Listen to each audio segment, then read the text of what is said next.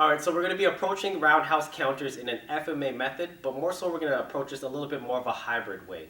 And so first things first, we're going to establish the roundhouse. We're going to review how it looks and what the target is. For this drill, what we're going to be doing is using the rear leg to attack, so very simple. The right leg comes up, it rotates, and for the drill, we're going to be targeting the body. Touches, brings it down there. And obviously that can entail a lot more power, it can be a little quicker, there can be a snap to it, head, or you can go to a leg kick. Okay? So using this sort of kick that we're going through, we want to be able to understand how to set up the position for the counters. And there's two grabs that we're going to go through right now. The first one is a little bit more of a Muay Thai kickboxing grab. As the roundhouse comes, I shift to the right and I hook with my arm over here. Okay, so when I'm hooking, what I'm trying to do is complete the kick for him. I don't want him to create impact.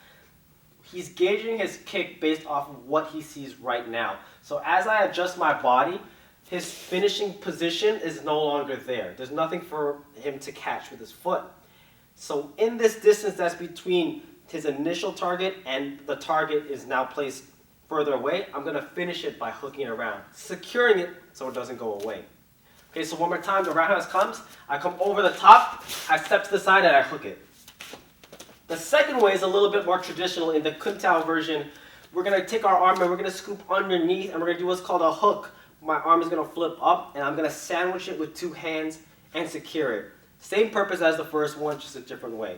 So the roundhouse comes in here, I sandwich and I come up top.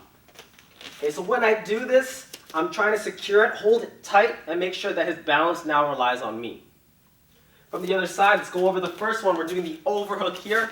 Roundhouse comes, shift to the side, and hook. The second one, I'm going to kind of maintain my position a little more, and I'm going to absorb just a little bit with my arm, and then sandwich it with the hook. Roundhouse comes, hook up top.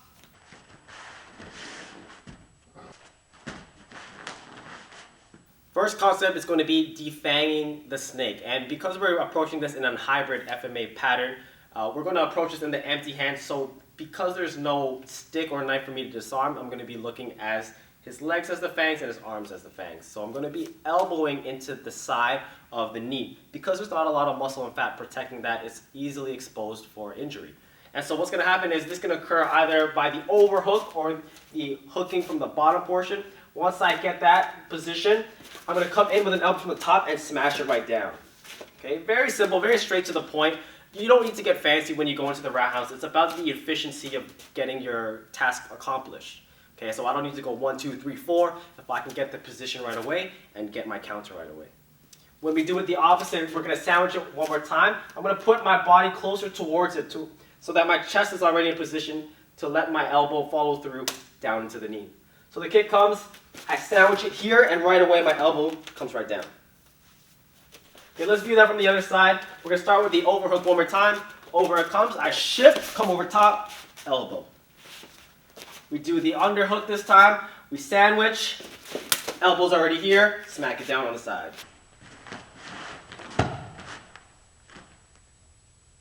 Second concept that we're going to approach with, when either we get the overhook or the underhook, we're going to be able to understand that not all the time I'm going to be able to get that elbow. I'm not going to always be able to defang because let's just say the mass of my opponent's leg is just way too heavy and I can't hold it for too long. So rather than trying to keep him up, even though his balance is based off of mine, I'm wasting too much energy, so I might as well just take him down. So what's going to happen is when the roundhouse comes, we'll do the overhook first. I'm going to just step in and put my right leg behind and twist. Okay, so all I'm doing is I'm getting my hooking leg inside, which is my right leg. I'm going to step behind his supporting leg, which is his left leg, and then I'm just going to rotate. As I rotate, I'll give a slight pull to the kick that came around, but it's not too necessary because he doesn't have much balance to begin with. When we approach it through the underhook, it's going to be the same concept. I'm going to bring my hand from underneath, I sandwich it here, I step in and I rotate.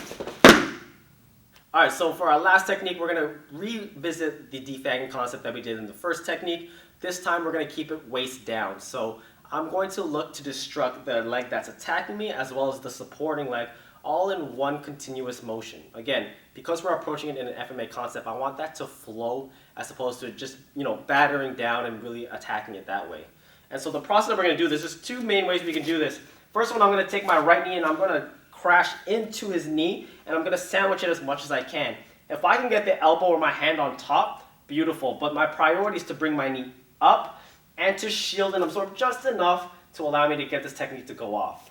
After that, what I'm going to do is I'm going to take the same leg, and as I drop it, I'm going to step on the inside of the supporting leg. So it's going to look like this. The roundhouse comes along, I smash and I smash.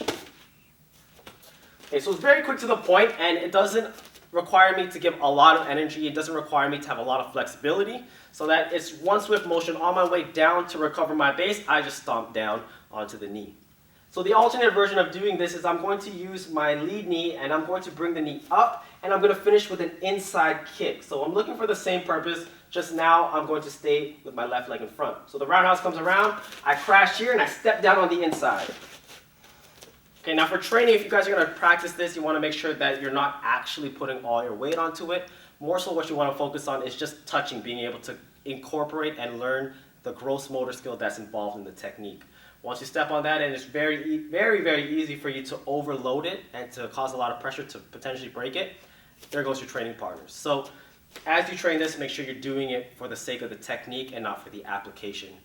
Okay, so let's revisit those two techniques from the other side. First one is my right knee comes up with the inside step. Roundhouse comes in, right knee, down goes my kick.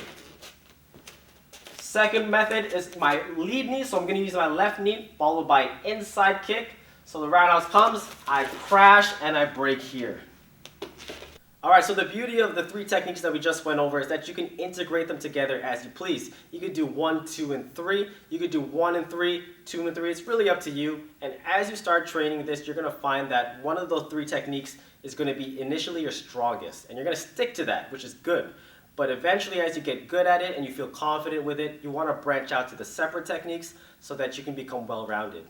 So let's give you guys an example of putting it together. I'm going to do an underhook to the roundhouse. I'm going to follow up with a knee break, and as I'm coming down, I'm going to place it in the position to sweep my partner to the ground. So it'll look like this. 3 steps. We have 1, 2, 3, and down they go.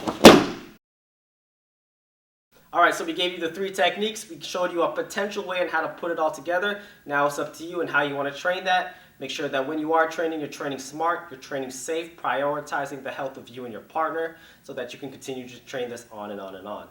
That was your Technique Tuesday for this week. Make sure you guys hit the subscribe button if you haven't already. Give this video a thumbs up, and until next time, catch you guys then.